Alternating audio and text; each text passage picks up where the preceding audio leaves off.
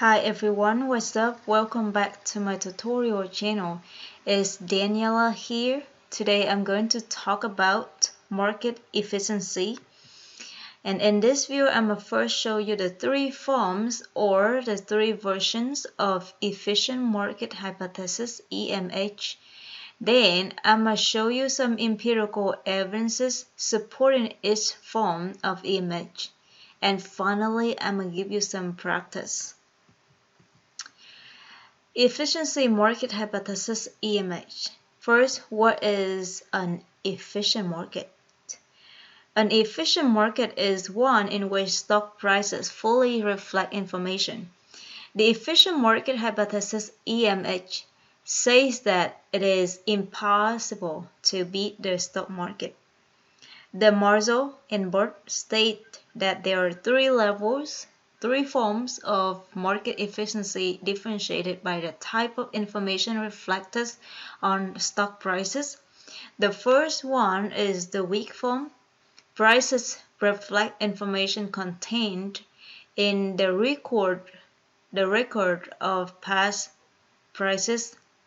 Third, it would be impossible to make consistent profits from analyzing past returns. The second form is semi-strong form. Prices reflect information contained not only in the record of past prices but also in public information like financial statements and news. When news is announced, the price immediately adjusts for the news, and it is impossible to profit off this news after adjustments. Number 3 is the strong form. Prices reflect information contained in the past prices, published information, private and hard to get information. It is impossible to profit off the market with such private information. And if efficient market hypothesis EMH is true, and your analysis of stock price indicates that the stock is overpriced or underpriced, you should review the assumptions in your analysis. The efficient market hypothesis does not imply anything about the effect on future prices from surprises. It does not say that the stock price will not change based on an unexpected event. It says that if a surprise occurs, the stock price will immediately reflect the surprise, so that it will be impossible to profit based on it. Here are some implications of efficient market hypothesis. First, investors can generate positive net present value only if there are barriers to trade or if an investor has unique opportunities that are very hard to replicate. Number 2, investors buy shares at a fair price even if they have no information about the money. Number 3, companies do not increase their value with accounting tricks. Number 4, companies can only gain value by investing in positive NPV projects. Number 5, companies should finance positive NPV projects without fear that selling equity will lower the value of the company. So that was the three forms of EMH and also some implication. Now we are going to talk about some empirical evidences that support each of these three forms of EMH. Let's get started off with the first form, the weak form. In the weak form here, I'm going to introduce you three evidences. The first one is Candle 1953 found that prices behave more like a random walk. This means price series wander in no particular pattern, as if somebody simply picked a random number, either positive or negative, to add to the current stock price to arrive at the end of the next period. Successive changes in the value of that time series are independent, so that whatever the price patterns have occurred in the past do not affect the future price patterns. So that is the first evidence. So the main idea of the first evidence is to show that the price behaves more like a random walk. It follows a random walk. The second evidence is in Briley, Myers, and Allen in 2017. They test the dependence between adjacent entries in a time series to calculate the auto-correlation coefficient and concluded that there was no dependence.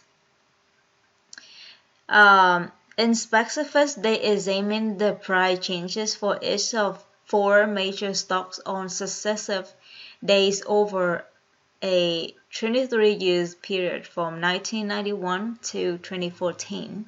They plot the return on day T on the horizontal axis and the return on day T+1 on the vertical axis. If there was a tendency of increases, one would expect to see more points plotted on the third quadrant than the fourth quadrant. However, there was no evidence of such a momentum effect.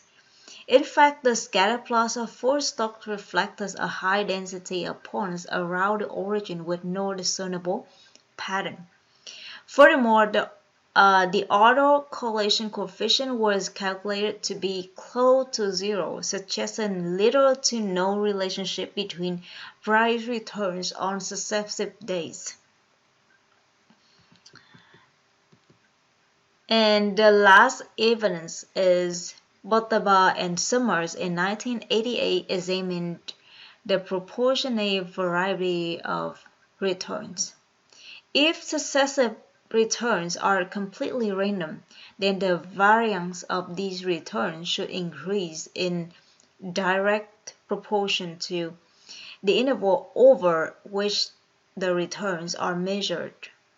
When comparing short time periods of different length, they found the variance of short period to be slightly larger than the rule would suggest, indicating some short-term momentum in stock prices. When comparing long time periods of different length, they found the variance of the longer period to be slightly smaller than the rule would suggest, indicating a tendency of price changes to reverse. Still, the majority of these scenarios are consistent with the weak form of EMH, showing that the stock prices already reflects all information obtained from the record of past prices. Furthermore, this past record cannot be used to further predict future prices. And of course, it makes sense, right? Because if the past record can be used to predict future prices, then anybody can beat the market. Now we look at the second form. In the second form, semi-strong form, I have only one evidence. If the semi-strong form of EMH were true, we should expect no discernible pattern in stock price data after the market initially reacts to the published release of any new information about the company that issued the stock. Researchers have examined what happened to stock prices after various news releases and found out that the adjusted stock price controls the market movements. The adjusted stock return here is equal to actual stock return subtract actual market return. And the abnormal stock return also incorporates a stock estimated alpha and beta coefficient, and third, reflects firm-specific news only. Abnormal stock return is actual stock return subtract expected stock return, and it is actual stock return subtracts alpha plus beta times actual market return. Here, expected stock return is alpha plus beta times actual market return. Here, alpha is the average amount of a stock price changes when the market index remains unchanged. And beta is the percentage change in the stock price for a 1% change in the market index. Keown and Pinkerton in 1981 examined a sample of 17,000 firms that were targets of takeover attempts. They explored the average abnormal stock returns before, at, and after the announcement date. In the 3 months before the announcement date, there was a gradual increase in price levels as investors saying that a takeover was coming.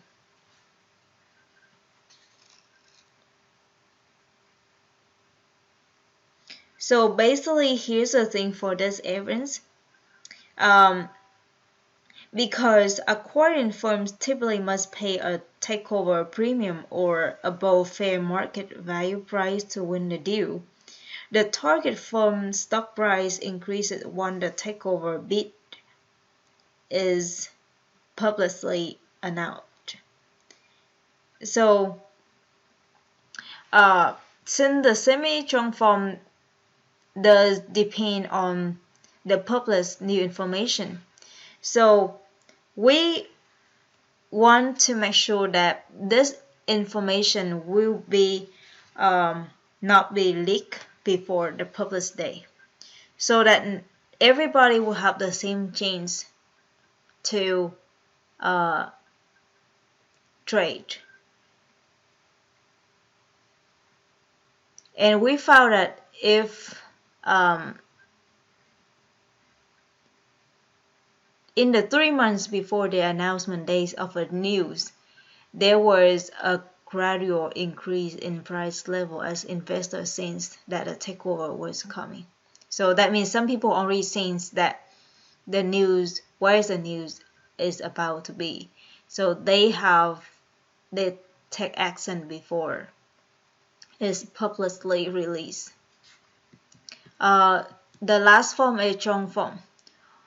When testing the strong form of EMH, we now look not just at past prices and publicly available information, but also at any remaining information that only the experts may be able to gather or infer after doing an exhaustive review of information of the financial state of the company, its industry, and the economy at large.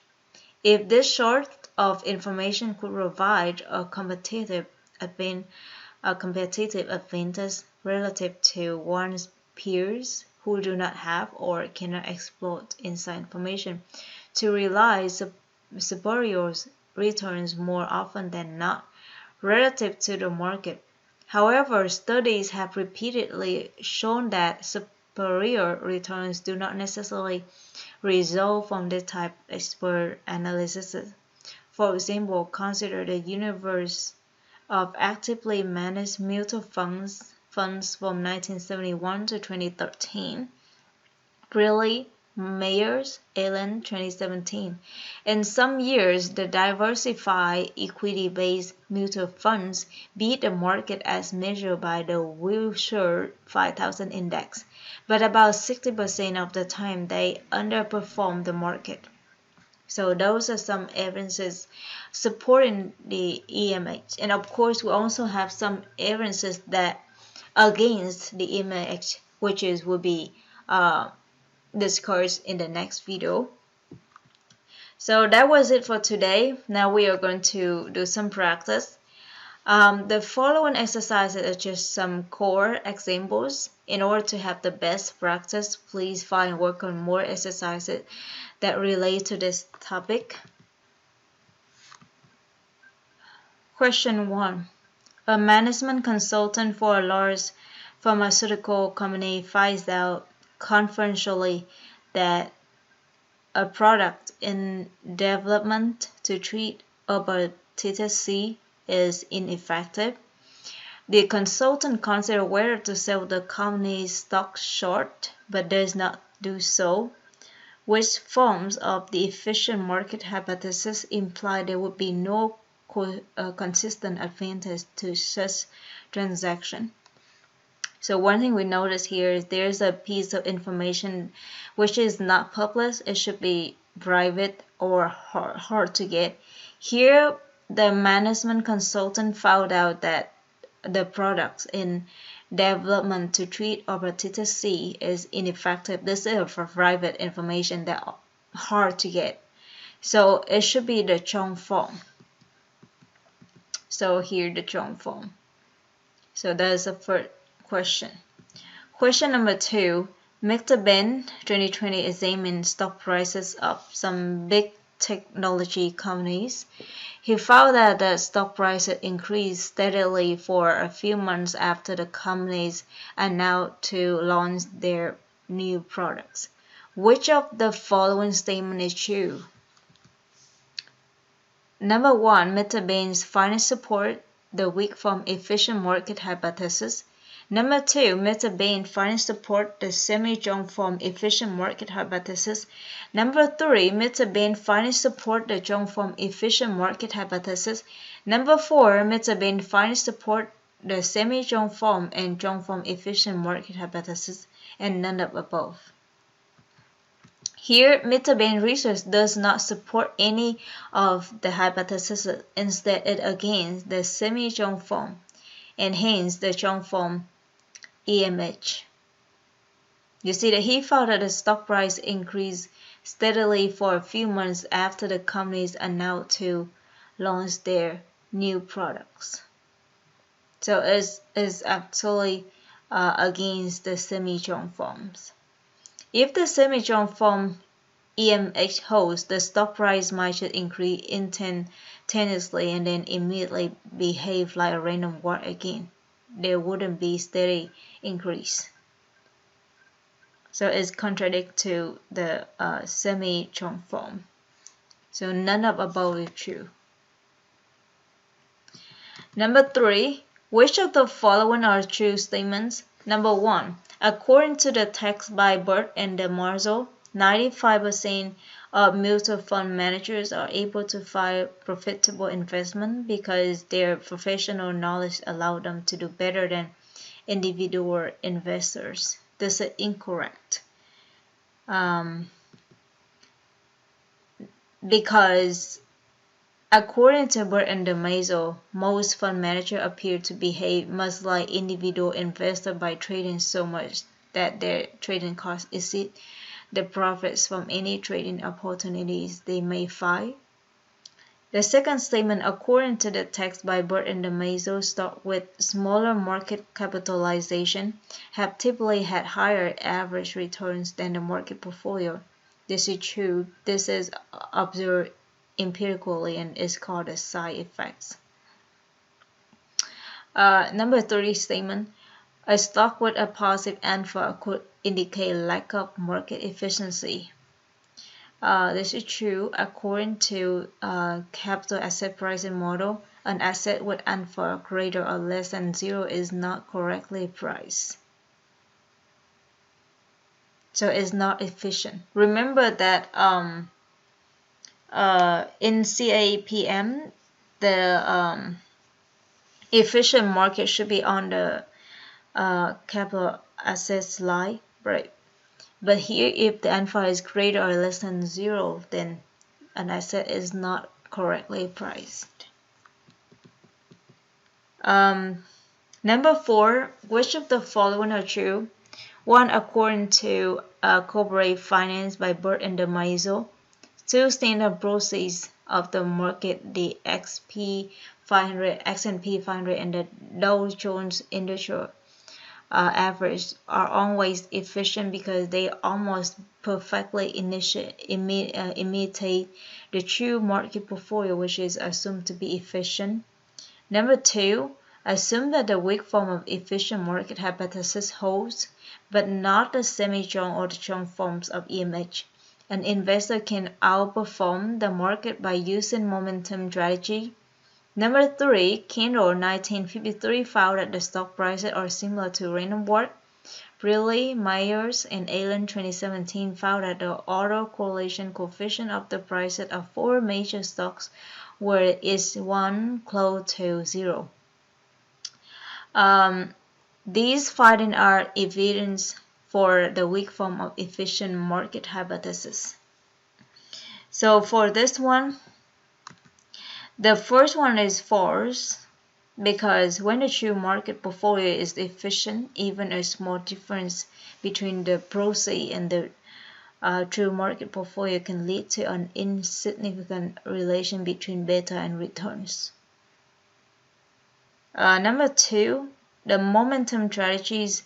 Number 2 is false because the momentum strategies purchase stock with historical high returns and short stocks with historical low returns. The weak form of EMH says that there is no advantage to use historical stock prices. And number 3 is true because both of these studies suggest that historical price information cannot predict future prices. So 3 is the only statement that is true. Alright, so that is it for this lesson.